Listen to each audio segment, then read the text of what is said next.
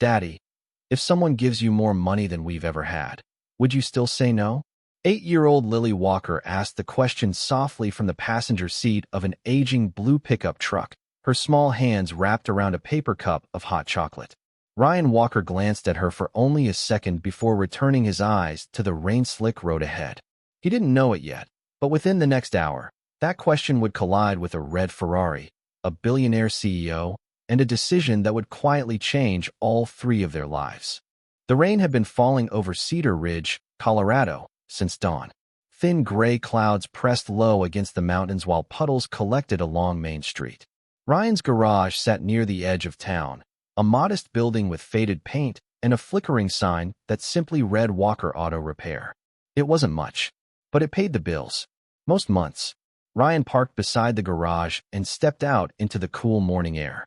The scent of wet asphalt mixed with motor oil drifted through the lot. Lily grabbed her backpack and smiled up at him. "Good luck today, Daddy." Ryan smiled back. "Good luck at school, kiddo." She hugged him tightly before running toward the school bus stop across the street. Ryan watched until she climbed aboard. Only then did he walk into the garage. Inside, fluorescent lights buzzed softly overhead. Tool drawers rattled. An old radio hummed classic country music from somewhere near the office. It felt like every other morning. Until the Ferrari arrived. The sound came first. Low. Smooth. Expensive. Heads turned before the car even rolled into the lot. A bright red Ferrari Roma eased through the rain and stopped directly in front of the service bay. Every mechanic froze. One of them let out a low whistle. The driver's door opened. A woman stepped out carrying a black umbrella. She looked completely out of place in Cedar Ridge. Tailored gray coat. Elegant posture. Calm eyes that seemed used to getting answers immediately. Vivian Cross. Though nobody in the garage recognized her yet. She walked toward Ryan without hesitation. "Which one of you is Ryan Walker?" she asked. Ryan wiped his hands on a shop rag. "That'd be me." Vivian studied him briefly. Not judging. Evaluating. "My Ferrari has a problem. The dealership is 3 hours away. Can you fix it?" Ryan glanced toward the vehicle. "Maybe. Depends what's wrong." "I don't have time for maybe." Her tone was firm but controlled. "I need certainty." Ryan looked at the car again. Then back at her. "Cars don't care how rich you are. They break when they break." For the first time, something resembling amusement flickered across her face. Fair enough. 20 minutes later, Ryan had already found the issue. A failed sensor. Simple repair. Nothing dramatic. Nothing expensive. Rain tapped steadily against the garage windows while Ryan worked. Vivian waited nearby, answering emails on her phone. When the repair was finished, the Ferrari started perfectly. Ryan handed her the invoice. She barely glanced at it. Instead, she reached into her purse and placed a thick envelope on his workbench. "For your time," she said. Ryan opened it slightly. Cash. Thousands of dollars. Far more than the repair cost. The entire garage went silent.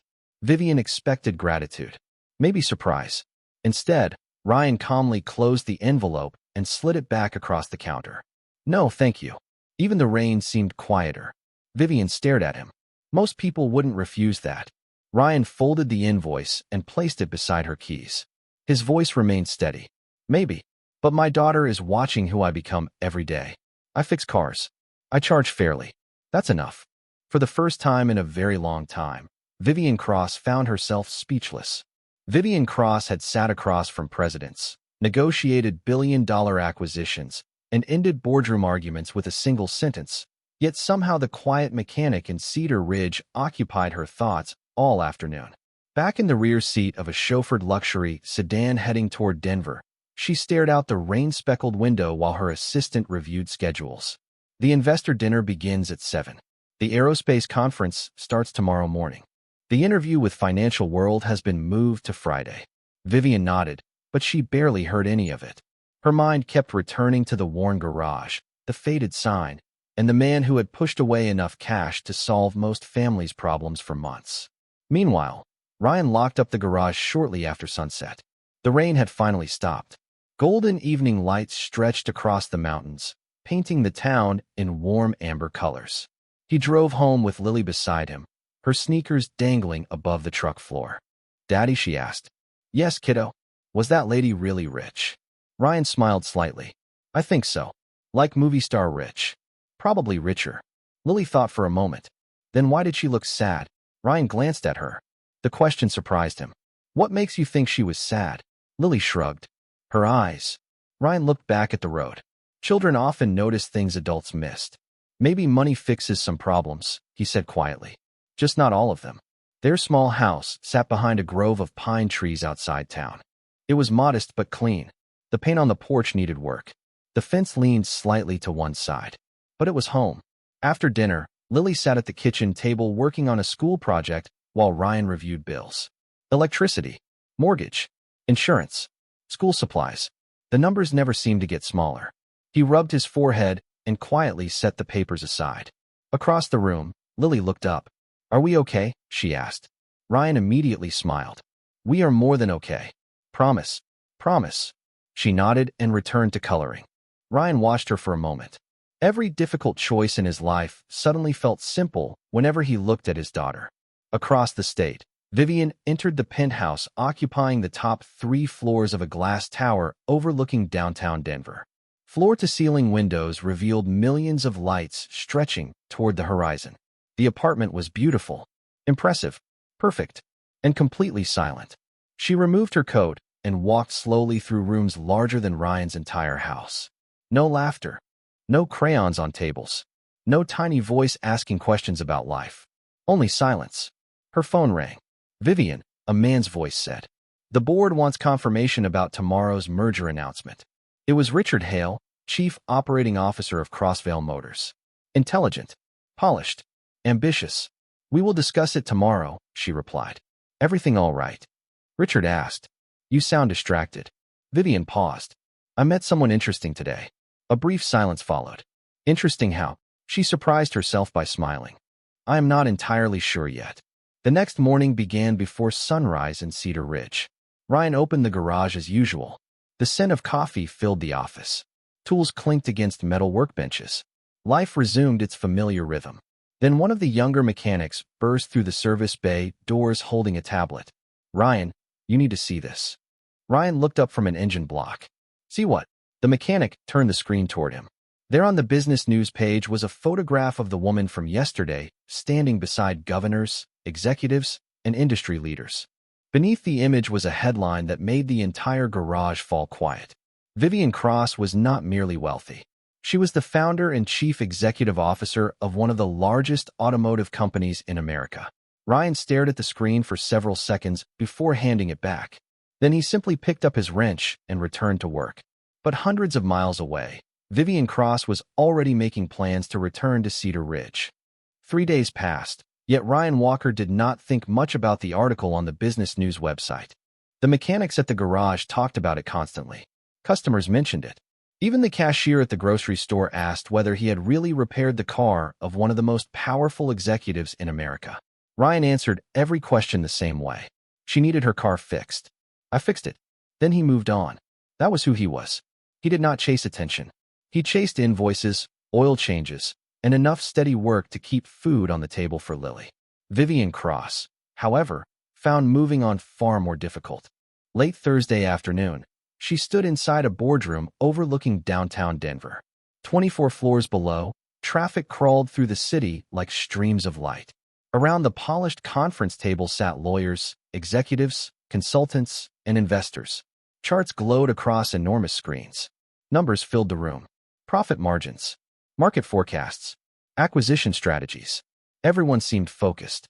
Everyone except Vivian. We estimate a 12% increase by the fourth quarter, one executive explained. Excellent, another replied. The shareholders will love it. Vivian stared through the glass wall toward the distant mountains. Somewhere beyond those peaks sat a small garage where a mechanic had refused enough money to pay off his mortgage. The memory refused to leave her. Vivian. Richard Hale's voice interrupted her thoughts. Do you approve the proposal? She blinked. What? Several executives exchanged surprised glances. Richard smiled politely. The proposal. We need your final approval. Vivian glanced at the presentation for only a second. Approved. The meeting continued, but something felt different. For years, she had built Crossvale Motors into one of the most respected automotive companies in the country. She had worked weekends, missed holidays, sacrificed relationships. Everything had become numbers. Yet somehow a quiet mechanic who lived in a modest house behind a grove of pine trees felt more real than everyone around her. Later that evening, she sat alone in her office.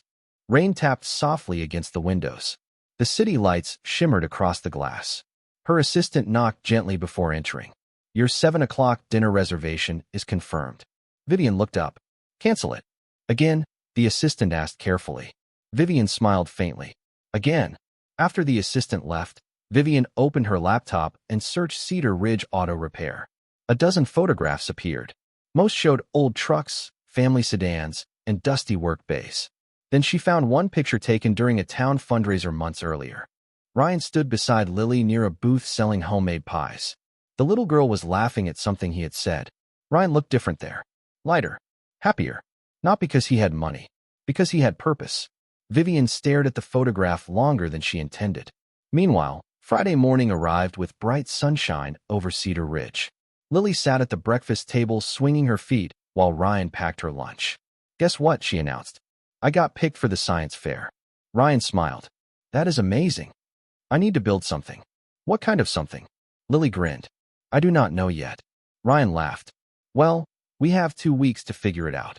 They drove to school beneath clear blue skies. As Lily climbed from the truck, she suddenly paused. "Daddy." "Yes." "Do you think rich people get lonely?" Ryan looked surprised by the question. "Why would you ask that?" Lily shrugged. "Sometimes people with lots of friends still look lonely." Before Ryan could answer, the school bell rang. Lily waved and hurried inside. Ryan watched her disappear through the doors. Then he headed toward the garage. He had no idea that less than an hour later, a black SUV would quietly pull into Cedar Ridge. And inside sat Vivian Cross, wearing jeans, a baseball cap, and sunglasses, determined to return without anyone recognizing who she really was. The black SUV rolled slowly through Cedar Ridge just after 9 in the morning. Vivian Cross kept her sunglasses on and the brim of her baseball cap low. For the first time in years, nobody recognized her. No reporters, no executives, no investors. Just another visitor passing through a small mountain town. She parked half a block away from Walker Auto Repair and sat quietly for a moment. "What exactly are you doing?" she asked herself. The answer should have been simple. She had convinced herself she merely wanted to understand Ryan Walker. Yet deep down she knew that was not entirely true. Something about him had unsettled her in the best possible way. He had looked at her without calculating her value, without asking for favors, without trying to impress her. In her world, that was almost unheard of. Across town, Ryan was already beneath the hood of a pickup truck when a silver luxury sports car rolled into the garage lot. It was not a Ferrari this time. It was a high-end European coupe with temporary dealer plates. Vivian had rented it specifically for today. She stepped out carrying a coffee cup and approached the service desk. "Morning," she said casually. Ryan glanced up. For half a second, he seemed to recognize her voice. Then he returned to work. "Morning. What can I help you with?" Vivian almost smiled. Apparently, the disguise was working. "The car is making a strange noise." Ryan walked over and listened carefully as she explained the symptoms. He crouched beside the front wheel, inspected several components, then stood. "It is probably nothing serious." "Probably?" she asked with playful skepticism. That word again. Ryan laughed softly. "Cars like to keep mechanics humble." Vivian found herself smiling. The conversation felt easy, natural, almost comforting. A few minutes later, Ryan drove the vehicle around the block for testing. When he returned, his expression had changed. Not dramatically, just enough for an experienced observer to notice. "Something wrong?" Vivian asked. Ryan looked toward the car. "Maybe." He walked around the front bumper again, then underneath, then back to the driver's side wheel assembly. 3 inspections. 2 long pauses. 1 growing concern. The garage became quieter as he continued studying the vehicle. Finally, he stood and wiped his hands. "Who rented this car to you?" Vivian blinked. "Why?" Ryan hesitated. "Because someone signed off on an inspection that should not have passed." "What do you mean?" Ryan pointed toward the braking system. A component was installed incorrectly. Vivian's smile disappeared. "Dangerously?" "Not today." Ryan chose his words carefully. "But eventually, it could have become a serious problem." The garage fell silent. Vivian stared at him. This was not part of her plan. She had come to test Ryan. Instead, Ryan had discovered something unexpected. Are you sure? She asked. Ryan nodded. Very. He showed her the part. Explained the issue. Explained why it mattered. Explained how he had noticed something other mechanics might have missed. There was no arrogance in his voice. Only professionalism. Only facts. Vivian listened carefully. She was not looking at a small-town mechanic anymore. She was looking at a man whose understanding of vehicles rivaled some of the best engineers in her company. You could have charged me a fortune for this, she said quietly. Ryan shrugged. I fixed what needed fixing. That is it. That is it. For several seconds, neither spoke. Then one of the younger mechanics walked over holding a newspaper. Hey Ryan, look at this. The front page displayed a photograph of Vivian Cross standing beside government officials at a transportation summit. The mechanic froze, then looked at the newspaper, then at Vivian, then back at the newspaper again. His eyes widened. Ryan slowly turned toward her. The garage suddenly felt very still. Vivian removed her sunglasses. For the first time since arriving, she stopped pretending. And the moment Ryan recognized exactly who had returned to his garage, something else caught his attention. Tucked inside the rental car's paperwork was the name of the dealership responsible for the faulty inspection. It was a dealership owned by one of Crossvale Motors' largest corporate partners. Late that afternoon, the garage slowly returned to normal, at least on the surface. Customers came and went. Engines started and stopped. Air compressors hissed. Yet something had changed. Ryan found himself thinking about the dealership paperwork tucked inside the rental vehicles folder. The name printed on the documents belonged to Summit Elite Motors, one of the largest luxury dealerships in Colorado.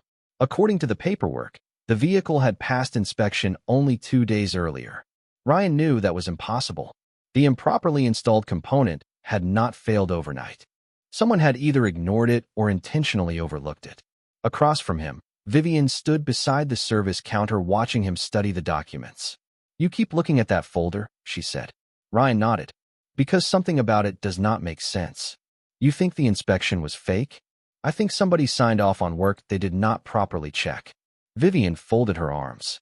That dealership has one of the highest ratings in the state. Ryan looked up. Ratings and reality are not always the same thing. For a moment, neither spoke. Then Vivian surprised herself. Would you show me? Ryan blinked. Show you what? What you see that everyone else missed. The request felt strangely personal. Most executives would have demanded a report. Vivian wanted an explanation. So Ryan spent the next 20 minutes walking her through the issue. He explained every detail with patience. No jargon. No ego. Just quiet confidence. As he spoke, Vivian noticed something she had not expected. Ryan loved solving problems. Not because it earned him money.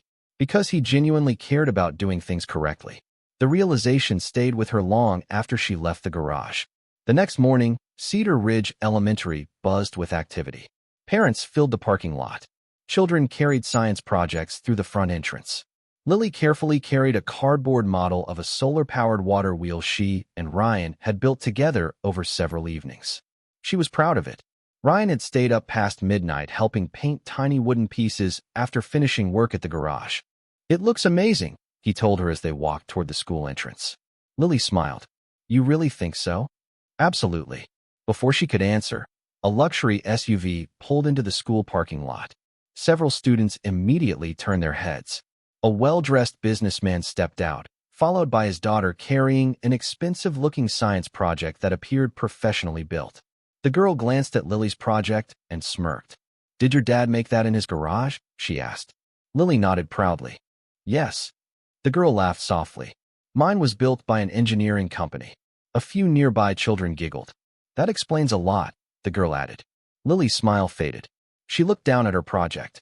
The comments were not cruel enough to trigger intervention from adults nearby, but they landed exactly where they hurt. Ryan had heard every word. He walked over calmly. No anger. No lecture. No confrontation. He simply crouched beside Lily and adjusted one of the cardboard panels that had come loose. Looks like we need one more piece of tape, he said. Lily swallowed hard. Her project is better. Ryan gently shook his head. No, it is bigger. Maybe. It costs more. Ryan smiled softly. That part is definitely true. A few children listened quietly now. Ryan placed a hand on Lily's shoulder. But none of those things decide what matters. Lily looked at him. Then what does? Ryan's voice remained calm. The work you put into it. The heart behind it. The fact that you built it yourself. The parking lot seemed unusually still. Unseen by Ryan, another vehicle had just arrived. Vivian Cross stood beside her car watching the entire exchange from a distance. She had come to surprise Lily with a donation of science materials for the school. Instead, she found herself standing silently beneath the morning sun, listening to a father teach dignity in a way no boardroom ever could. And for the first time, she began to understand why Ryan Walker was impossible to forget. The science fair ended with Lily earning a special recognition ribbon for creativity. She carried it home like it was made of gold. Ryan hung it on the refrigerator that evening, right beside old drawings, report cards, and family photographs. "It belongs there," he told her. Lily grinned. "Even if I did not win first place." Ryan nodded. "Especially then." Across the room, sunlight faded through the kitchen window while the scent of homemade chili filled the air. For a few hours, life felt simple again. But hundreds of miles away, simplicity was becoming impossible for Vivian Cross. Monday morning arrived with tension waiting inside Crossvale Motors headquarters. Vivian entered the executive boardroom carrying a folder she had reviewed 3 times over the weekend. Around the table sat senior executives, legal advisors, and department heads. Richard Hale sat near the center, calm as always. "Good morning, everyone," Vivian said. "Before we begin quarterly projections, I want to discuss a dealership inspection issue." Several executives exchanged confused looks. Richard raised an eyebrow. "An inspection issue?" Vivian opened the folder. A luxury vehicle approved by Summit Elite Motors contained a critical installation error that should never have passed inspection. The room grew quiet. "We have quality control systems for that," one executive said. "Apparently not effective enough," Vivian replied. Richard leaned back in his chair. "One mistake does not indicate a larger problem." Vivian met his gaze. "That is exactly what I intend to determine." The meeting continued, but resistance appeared almost immediately. Requests for delays. Suggestions for internal reviews. Arguments about public image. The more Vivian pushed, the more certain executives seemed eager to avoid scrutiny. Something felt wrong. Deeply wrong. That afternoon she called Ryan. The mechanic answered after the second ring. "Walker Auto Repair." "It is Vivian." A brief pause followed. "Hello. Do you have a minute?" Ryan looked around the garage before stepping outside. "Sure." Vivian explained the situation. The resistance. The hesitation. The unusual reactions from senior leadership. Ryan listened carefully. "You think somebody is hiding something," he said. "I do." Ryan stared across the parking lot. "Then stop looking at the paperwork." "What should I look at?" "Patterns." Vivian frowned. "Patterns. One mistake can be an accident. Repeated mistakes usually are not." Silence followed. Then Vivian slowly smiled. "That is actually very good advice." "Cars teach you things," Ryan replied. "Sometimes companies probably do too." By Wednesday, Vivian's internal audit team had uncovered troubling inconsistencies. Several inspections from multiple partner dealerships showed identical irregularities. Documents had been approved unusually fast. Certain reports were missing entirely, and one name appeared repeatedly throughout the records. Richard Hale. Not directly, never obviously, but always nearby, always connected. Vivian sat alone in her office late that evening staring at the findings. Outside, Denver glittered beneath a blanket of city lights. Inside, uncertainty settled heavily across her desk. Richard had worked beside her for nearly 8 years. She trusted him, or thought she had. Her phone buzzed. A text message appeared from an unknown number. It contained only one sentence. "Stop digging into Summit Elite Motors before you damage things that cannot be repaired." Vivian stared at the message. No signature. No explanation. Just a warning. Her pulse quickened. Not from fear. From clarity. Someone wanted her to stop. Which meant she was finally getting close to the truth. And at that exact moment in Cedar Ridge, Ryan unfolded a copy of newly released dealership records that had been emailed anonymously to the garage. As his eyes moved across the documents, one detail immediately stood out. The signature approving the faulty inspection matched a signature on 3 other questionable reports. And every one of those reports led back to a business partner with direct ties to Richard Hale. Ryan stared at the printed reports spread across his workbench long after the garage had closed for the night. The overhead lights cast pale reflections across the pages while the distant hum of traffic drifted through the open service bay. 3 reports.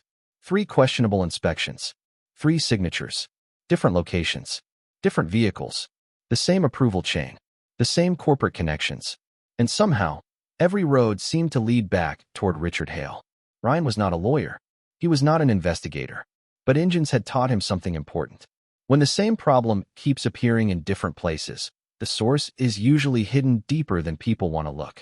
The next morning, he called Vivian before sunrise. She answered immediately.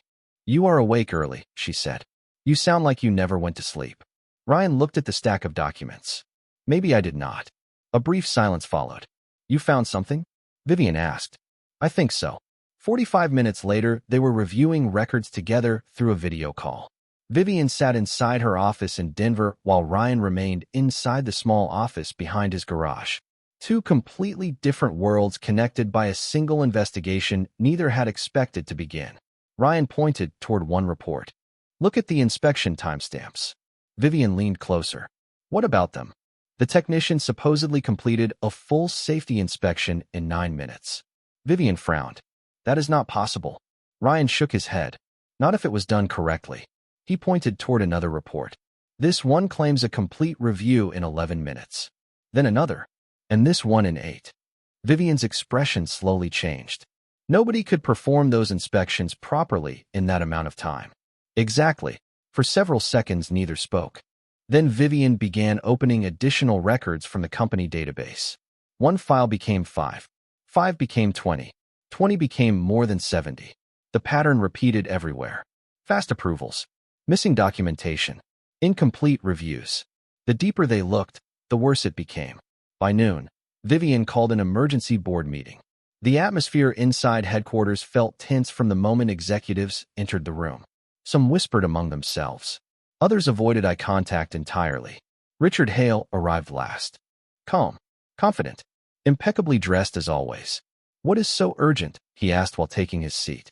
Vivian stood at the front of the room beside a large screen. A quality control review uncovered significant irregularities. Richard barely reacted. Irregularities happen. Not hundreds of them. The room grew quiet. Vivian displayed the records. Inspection times. Approval chains. Missing documentation. The evidence filled screen after screen. Several executives exchanged nervous glances. Richard's smile began to fade. "These records prove nothing," he said. Vivian remained composed. "Then perhaps our next evidence will." The conference room doors opened. Every head turned. Ryan Walker stepped inside wearing a simple blue button-down shirt and work boots, still carrying traces of dust from Cedar Ridge. A few executives looked confused. Others looked offended. One man actually laughed. "You brought a mechanic?" Ryan ignored the comment. He quietly approached the screen. Then he began explaining the reports. No dramatic speeches. No raised voice. Just facts. One inspection after another. One inconsistency after another. 3 questions. 2 technical demonstrations. 1 undeniable conclusion. The data could not have been legitimate. As he spoke, the laughter disappeared. The room became still. Even the executives who had doubted him leaned forward to listen. Finally, Ryan stepped back. "I cannot tell you who approved these decisions," he said calmly. "But I can tell you these inspections were never performed properly." Silence settled across the boardroom. Heavy, uncomfortable, complete. Then Vivian turned toward Richard Hale. And for the first time since the investigation began, the confident executive looked genuinely worried. The board meeting ended without applause. No one celebrated. No one smiled. Executives filed out quietly, carrying folders and unanswered questions. The silence that remained inside the room felt heavier than any argument. Vivian stood near the window long after everyone had left. Below her, Denver stretched into the distance beneath a sky painted gold by the setting sun. Behind her, Ryan gathered his notes. "You did not have to come here," Vivian said softly. Ryan looked up. "You asked for help. Most people would not have." Ryan slipped the papers into a folder. "Most people are not responsible for a company that employs thousands of families." Vivian turned toward him. For a moment, neither spoke. Then Ryan nodded politely and headed toward the door. As always, he seemed ready to return to his life without asking for anything in return. That simple fact lingered with Vivian long after he left. 2 days later, Ryan was back in Cedar Ridge. Life resumed its familiar rhythm. Oil changes, brake repairs, customers discussing weather and football. Yet something felt different. Several national news outlets had begun reporting on the investigation inside Crossvale Motors. Industry analysts praised Vivian for demanding accountability.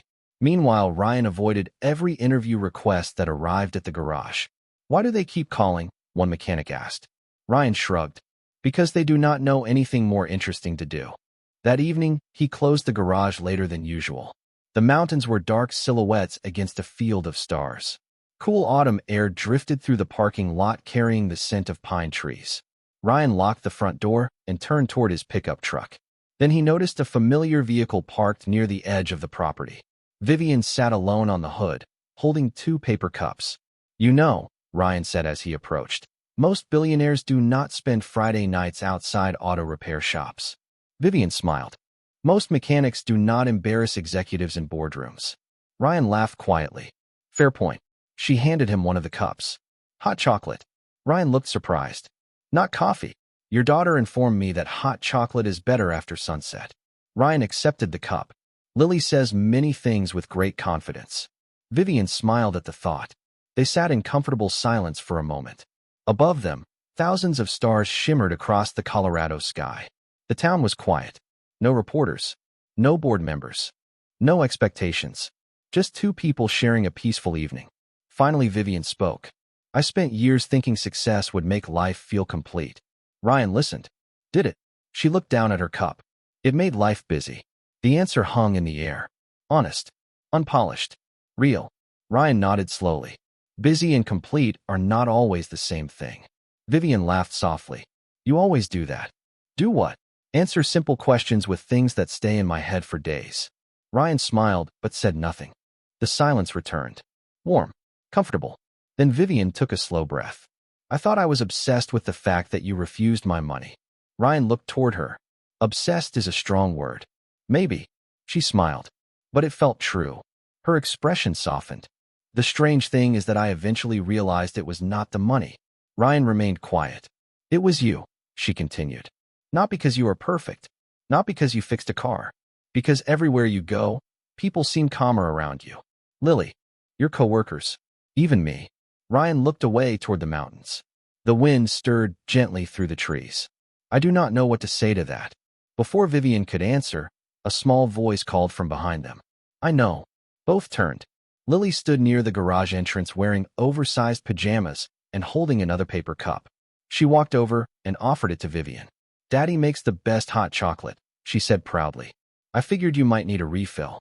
And for the first time in many years, Vivian Cross felt something she could not buy, negotiate, or earn. She felt like she belonged. The weeks that followed brought changes neither Ryan nor Vivian had expected. Crossvale Motors completed its investigation. Several partnerships were restructured. New quality standards were introduced across the company. Industry publications praised the reforms, but Vivian rarely spoke about them publicly. Whenever reporters asked what inspired the changes, she simply said, "The truth matters, even when it arrives from unexpected places." Back in Cedar Ridge, life continued much as it always had. Ryan opened the garage before sunrise. Lily went to school. Customers came and went. Yet quiet ripples from those events continued spreading through the town. One chilly Saturday morning, banners appeared outside the community center announcing a new scholarship program for students interested in engineering, mechanics, and technical trades. Families gathered for the dedication ceremony. Teachers, business owners, and local officials filled the room. Ryan stood near the back, uncomfortable with attention as usual. Lily sat beside him, swinging her feet excitedly. Vivian stepped onto the stage and approached the podium. The room settled into silence. "This scholarship exists because talent deserves opportunity," she began. "Not because of where someone lives. Not because of how much money they have. Because character and effort matter." Applause followed. Then Vivian revealed the program's name. The Lily Walker Future Builders Scholarship. Ryan immediately looked toward her. His expression mixed surprise with concern. After the ceremony ended, he found Vivian near the entrance.